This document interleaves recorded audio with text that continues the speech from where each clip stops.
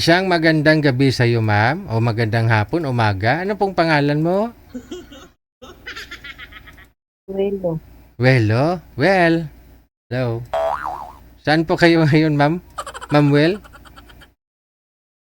Nasa Saudi. Nasa Saudi. Di magandang hapon, no? Masaya ka ba? Sumali ka dito sa programa natin? Nakakakaba. Nakakakaba? Huwag kang kabahan. Ako lang to, hindi ako si Jericho Rosales. Okay, Madam Well. Ilang taon na ho kayo? 38. 38? Ano, wala kang asawa ngayon? Wala. Bakit? Gulat yan. Namatay na. Namatay? Ano? Bakit namatay? Cardiac. Ay, ilang taon siya namatay? Ano siya? 38. 38. 37. So kailan lang po namatay? 2015. 15, hindi, 11 years ago na. So mas ahead sa'yo, no? Mas matanda sa'yo ng 11 years, ganon? 10 years. 10 years, okay. Saan ka po ba the time, ma'am? Nung namatay ho siya, saan ka? Magkasama kami doon sa bahay namin. Okay. Ano pong nakita mo sa kanya na bago siya inatake? Natutulog kasi siya. Tapos? Tapos ginigising ko siya madaling araw kasi nagtaka ako sa kanya. Kasi araw-araw gumigising yan ng DEM magpunta ng sa palayan. Alas 3 ng umaga. Oo. Tapos? Tapos noon, nagtaka ako na hindi pa siya nakagising ng alas 5 ng umaga. Kaya ginising ko siya, tinabihan ko siya. Wala na palang buhay.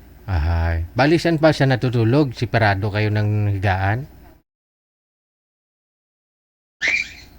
Na time kasi noon, doon ako sa kabilang kwarto sa tabi ng anak ko kasi nagdadalang tao ako noong 4 na buwan ang tiyan ko. Tapos siya, siya, barangay tanod siya. Nag-duty siya sa high school kasi may camping sa high school. Yes.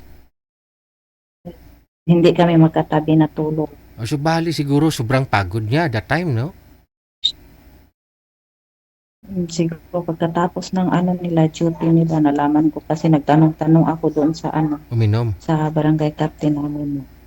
Nagkain sila ng ng balot, tapos nag-inom. Beer, gano'n? Beer po ba yung ininom? Beer? Opo. Yun lang. Oo. Grabe, no? Yun pala epekto pag beer tapos balot. Alam ninyo ha, alam na po ninyo sa mga umiinom dyan. Delikado. Oo, balot saka beer. Minsan pa naman doon sa... Diba? Minsan nga dyan sa labas may nagtitinda pa nga ng balot. Tapos mga mani. Yun ang mga puro pulutan ba binibinta niya. At tapos lang kaya para dumadami yung mga nililibing sa sementeryo kay. Kaya pala daming suki. Unlimited yung balot doon. Oo. Unlimited kasi yung balot. Binigyan sila ng ng 5 tray na balot doon kasi doon sa amin may produkto talaga ng mga balot. Kaya libre yun sa high school. Principal binigay. Naparami sigurong kain niya ng balot. High blood din ka talaga nun. Sabi niya, kaka-high blood, pati yung beer. High blood din ka talaga nun. Kung malaki katawan, tapos kung mataas naman talaga ang dugo, tapos kagid. Okay. So 10 years na rin na wala kayong asawa. Nagka-boyfriend ka na sa 10 years? Oo, minsan. Minsan. Doon pa ako sa Pinas. Okay. Sa trabaho. Ilang years na po ba kayo dyan sa Saudi? Mag-2 taon ngayong November. Yung anak mo, ilang taon na ho siya? Ang panganay ko 17, magti-18 ngayong August. Ang pangalawa ko 14, magti-15.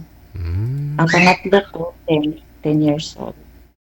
Okay. Kasi nga buntis ng 2 tao ka nung namatay si Mr. Mo. Pangatlo, no? Apat na po. Pang-apat na?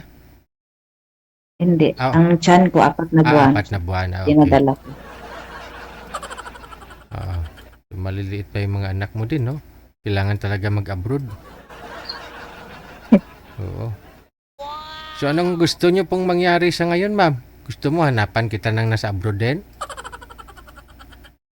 Depende. Depende. Saan? Okay lang din. Ha? Okay lang din. Okay lang. Gusto mo yung nasa abroad? Oo. Basta walang sabit. Oo naman. Sige. Ilang taon ka nga po ulit? 30 po. 38 anyos. Sige. Ano yung boundary, ma'am? Ano mo?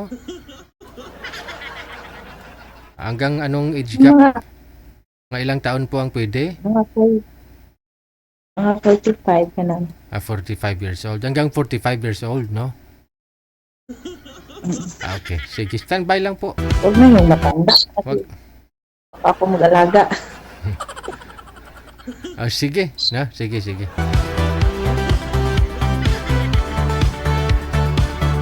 Age limit ni madam hanggang 45 anyos lang daw, ha? Wag na susubra doon sa 45 kasi matanda na daw baka siya mag-alaga.